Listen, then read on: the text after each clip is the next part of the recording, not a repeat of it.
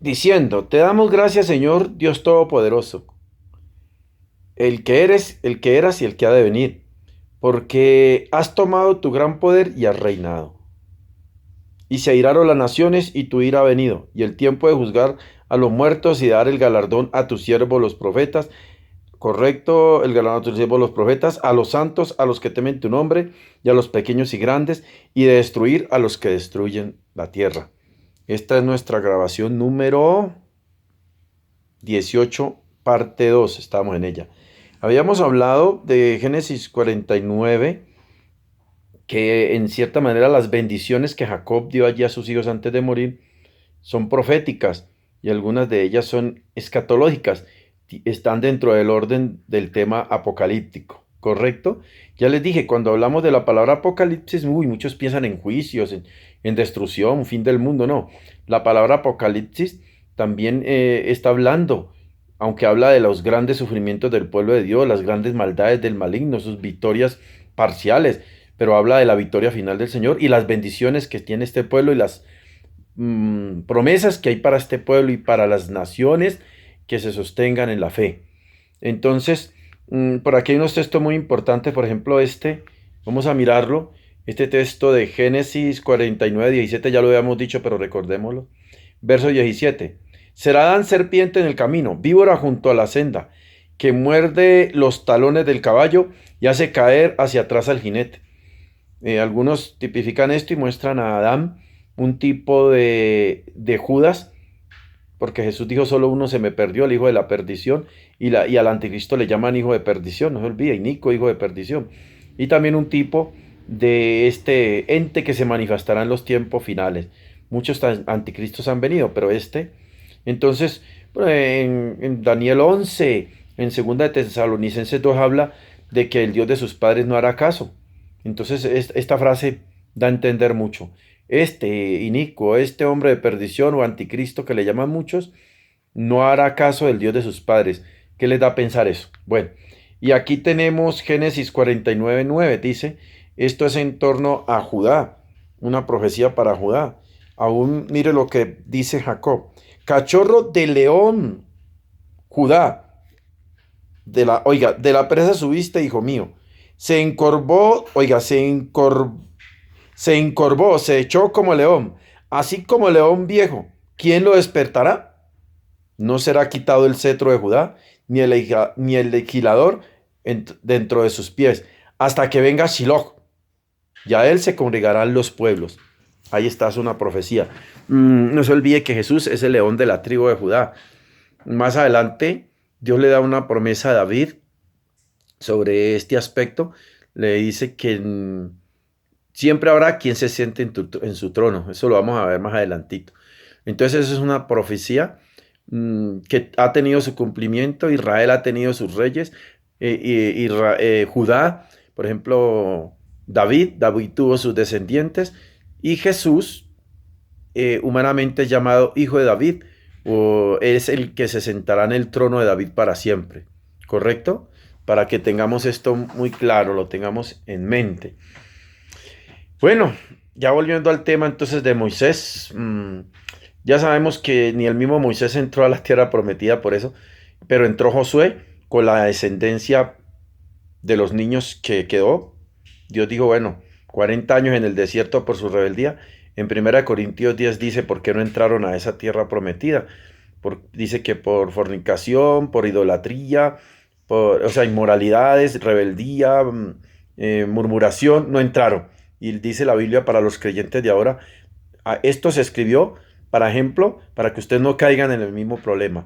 En Hebreos 4 dice, no entraron en su reposo por incredulidad. El tema fue más bien, hubo incredulidad. No tuvieron fe en que Dios les daba esa victoria, que Dios tenía como derrotó a los egipcios, como abrió el mar rojo, como les hizo del cielo llover alimento, como los sostuvo y le hizo grandes maravillas entre ellos. También tenía el poder para derrotar a los egipcios. Perdón, a los que estaban en la tierra, a los cananeos.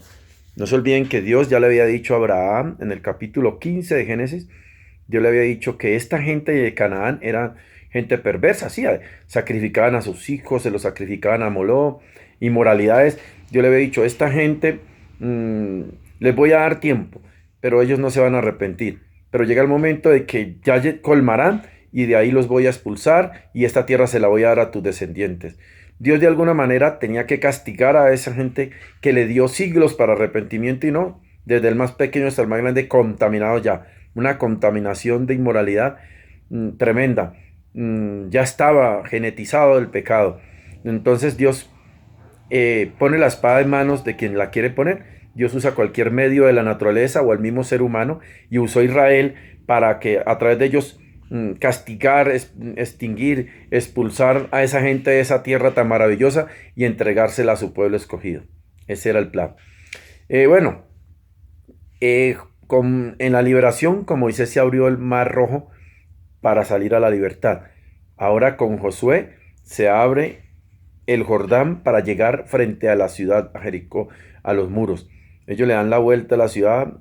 Fueron 13 vueltas, 6 vueltas un día y fueron 7 otro día, más o menos 13 o 14 vueltas y los muros cayeron y ellos tenían que entrar con sus espadas, expulsar, sacar, derrotar a los habitantes de ese lugar. Era el castigo que Dios había destinado y ellos eran los instrumentos de ese castigo para esa gente y con sus herramientas construir sus ciudades, derribar bosques y tomar posesión. Ellos fallaron porque Dios les dijo que no dejaran a nadie y porque no consultaron a Dios o por determinadas razones, inclinaciones humanas, perdonaron a algunos y esa gente que ellos no quisieron expulsar, todo el tiempo les fue tropiezo. Dios les dijo, esto les va a hacer tropiezo a ustedes. Allí entonces se establecen y con Josué todo marchó bien. No terminaron de poseer toda la tierra, no terminaron. Realmente el que la terminó de conquistar y terminó el propósito unos siglos más allá fue el rey David, ¿sí? Que tomó Jerusalén y la convirtió en capital del reino. Entonces ellos no cumplieron con el propósito plenamente. Ya le dijimos por qué. Pero ahí estuvo Josué. Cuando muere Josué, dice que después de Josué eso se desorganizó. Cada uno hacía lo que le parecía.